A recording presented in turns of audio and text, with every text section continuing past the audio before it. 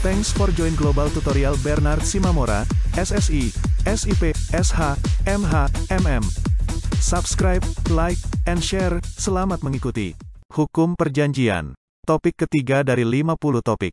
Hubungan perikatan, perjanjian, dan kontrak, bagian 3. Hukum adat. Hukum adat berbeda dengan hukum Eropa. Hukum adat bersifat pragmatisme realisme, artinya mampu memenuhi kebutuhan masyarakat yang bersifat fungsional religius, sehingga hukum adat mempunyai fungsi sosial atau keadilan sosial. Hukum adat mempunyai ciri 3C yaitu, A. Komun atau komunal atau kekeluargaan yaitu kepentingan masyarakat lebih penting daripada kepentingan individu. B. Konten atau tunai yaitu perbuatan hukum dalam hukum adat sah bila dilakukan secara tunai, sebagai dasar mengikatnya perbuatan hukum. Dan C. Concrete atau nyata, real yaitu perbuatan hukum dinyatakan sah bila dilakukan secara konkret bentuk perbuatan hukumnya. Sumber perikatan hukum adat nampak dapat dikelompokkan menjadi dalam 3 yaitu A. Hukum yang tidak tertulis, jus non scriptum, yang merupakan bagian yang terbesar karena pada dasarnya hukum adat ada dan tumbuh bersama dalam masyarakat. Hukum adat tidak tertulis dapat diketahui dari keputusan-keputusan para pimpinan persekutuan yang tentunya tidak boleh bertentangan dengan kesadaran hukum masyarakat. B. Hukum yang tertulis, jus scriptum, ada meskipun hanya sebagian kecil saja seperti peraturan-peraturan yang dikeluarkan oleh Raja, Sultan pada zaman dahulu yang masih digunakan dalam masyarakat adat. C. Uraian-uraian hukum secara tertulis seperti hasil penelitian para pakar hukum. Contoh hukum adat yang masih berlaku adalah sebagai berikut. A. Perjanjian ternak. 1. Konsep perjanjian ternak adalah pemilik ternak menyerahkan ternaknya kepada pihak lain untuk dipelihara dan membagi hasil ternak atau peningkatan nilai dari hewan itu. 2. Di Sumatera Barat, Minangkabau, dikenal dengan nama Paduan Taranak, atau Saduoan Taranak. 3. Konsep perjanjian ternak tiap daerah berbeda-beda dan berdasarkan kelaziman yang ada di daerah tersebut. Misalnya di daerah Lampung.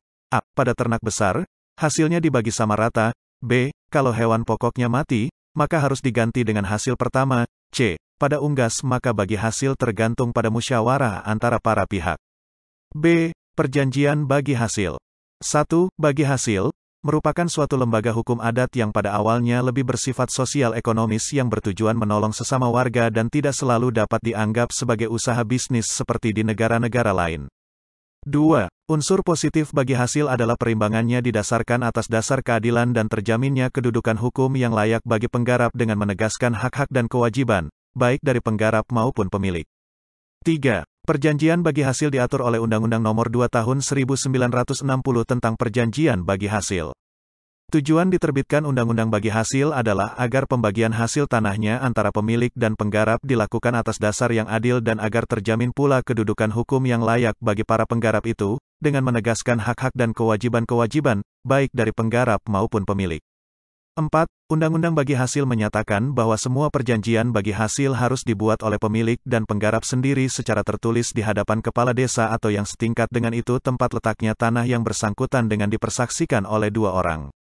5. Perjanjian bagi hasil sekurang-kurangnya 3 tahun dan bagi tanah kering sekurang-kurangnya 5 tahun. 6. 3 faktor utama yang perlu diperhatikan dalam transaksi bagi hasil yaitu, dasarnya, saya mempunyai tanah, tetapi tidak mampu mengusahakan sendiri sehingga saya membuat transaksi dengan orang lain, supaya mengerjakannya, menanaminya dan memberikan sebagian dari hasil panennya kepada saya. Fungsinya, memproduktifkan tanah tanpa mengusahakan sendiri dan memproduktifkan tenaga kerja. Objeknya, tenaga kerja dan tanaman, bukan tanah. C. Perjanjian pemeliharaan. Perjanjian pemeliharaan adalah perjanjian antara pemelihara dan terpelihara. Pemelihara, A. Menanggung nafkah terpelihara. B. Terutama selama masa tua, menanggung pemakaman dan mengurus harta peninggalan. B. Sedangkan sebagai imbalan si pemelihara, A. Mendapat sebagian dari harta peninggalan si terpelihara. B. Perjanjian ini dikenal di Bali ketika seseorang, B. Menyerahkan dirinya bersama segala harta bendanya kepada orang lain. A. Orang yang menerima penyerahan sedemikian itu wajib menyelenggarakan pemakaman dan pembakaran mayat si B. Wajib memelihara sanak saudara yang ditinggalkan si B. Untuk itu semua maka si A berhak atas harta peninggalan si B. D. Perjanjian pertanggungan kerabat. Perjanjian pertanggungan kerabat adalah perjanjian di mana seseorang menjadi penanggung hutangnya orang lain. Si penanggung dapat ditagih bila dianggap bahwa perlunasan piutang tak mungkin lagi diperoleh dari si peminjam sendiri. Alasan menanggung hutang orang lain adalah karena hal berikut. 1. Menyangkut kehormatan suku. 2. Menyangkut kehormatan keluarga Batih. 3. Menyangkut kehormatan keluarga luas. Perjanjian perburuhan. Perjanjian perburuhan pada dasarnya sudah diatur dalam Undang-Undang Nomor 13 Tahun 2003 tentang Ketenagakerjaan. Meskipun begitu, dalam masyarakat adat masih dikenal perjanjian perburuhan tanpa diberi imbalan uang. Contoh seperti ini terdapat hampir di seluruh wilayah di Indonesia di mana seseorang bekerja tanpa diberi upah berupa uang, akan tetapi segala biaya kehidupannya ditanggung sepenuhnya. Biasanya, orang tersebut membantu bekerja di ladang atau di rumah. Arti penting hukum perjanjian dalam masyarakat. Ada dua peristiwa dalam kehidupan masyarakat Indonesia yang dialami sejak bangun tidur hingga kita berangkat tidur lagi, yaitu peristiwa hukum dan peristiwa biasa. Peristiwa biasa merupakan peristiwa yang tidak menimbulkan akibat hukum.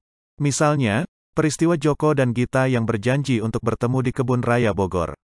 Joko ternyata mengingkari janji tersebut. Peristiwa ini disebut sebagai peristiwa biasa. Peristiwa hukum merupakan peristiwa yang menimbulkan akibat hukum. Peristiwa hukum dibagi menjadi dua, yaitu peristiwa hukum akibat perbuatan manusia dan peristiwa hukum yang lahir karena ada peristiwa belaka. Peristiwa hukum yang lahir karena ada peristiwa belaka, misalnya kedewasaan, kedaluwarsa, dan bila seseorang meninggal dunia. Seseorang dianggap dewasa menurut Undang-Undang Jabatan Notaris adalah jika berusia paling sedikit 18 tahun atau telah menikah. Pasal 39 ayat 1 Undang-Undang Nomor 30 Tahun 2004 tentang Jabatan Notaris menyatakan bahwa penghadap harus memenuhi syarat sebagai berikut. A. Paling sedikit berumur 18 tahun atau telah menikah, dan B. Cakap melakukan perbuatan hukum. Kedewasaan merupakan peristiwa hukum karena ada perbedaan perlakuan hukum terhadap orang yang belum dewasa dan orang yang sudah dewasa. Kedewasaan merupakan peristiwa belaka sebab kedewasaan adalah hal alami yang terjadi pada setiap manusia.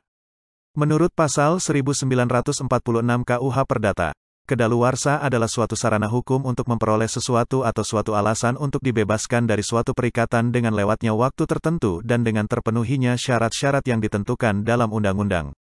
Contoh, seseorang menempati suatu tanah kosong selama 20 tahun berturut-turut tanpa ada gangguan, maka ia berhak atas tanah tersebut.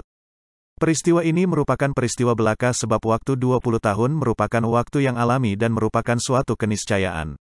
Contoh, rekening dokter ditagih dalam waktu paling lama 2 tahun, sedangkan rekening toko ditagih paling lama 5 tahun.